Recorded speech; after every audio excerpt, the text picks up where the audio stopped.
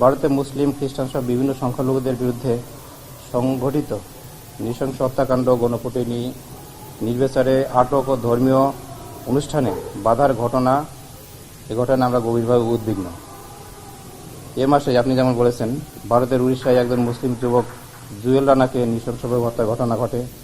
বিহারে মোহাম্মদ আজহার হোসেনের নৃশংস হত্যাকাণ্ড, কেরালে বাংলাদেশি সন্দেহে এক নিরীহ ব্যক্তির হত্যাকাণ্ড, বিভিন্ন স্থানে মুসলিম ও খ্রিস্টানদের উপর গণপিটুনি ও সহিংসতার ঘটনা ঘটেছে।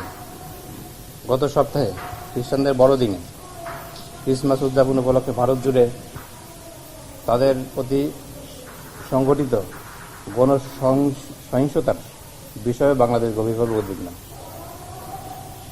এসব ঘটনাকে আমরা ঘৃণাভরে প্রত্যাখ্যান করি এবং আমরা ঘৃণাজনিত অপরাধ এবং লক্ষ্যভিত্তিক সহিংসতা হিসাবে দেখি।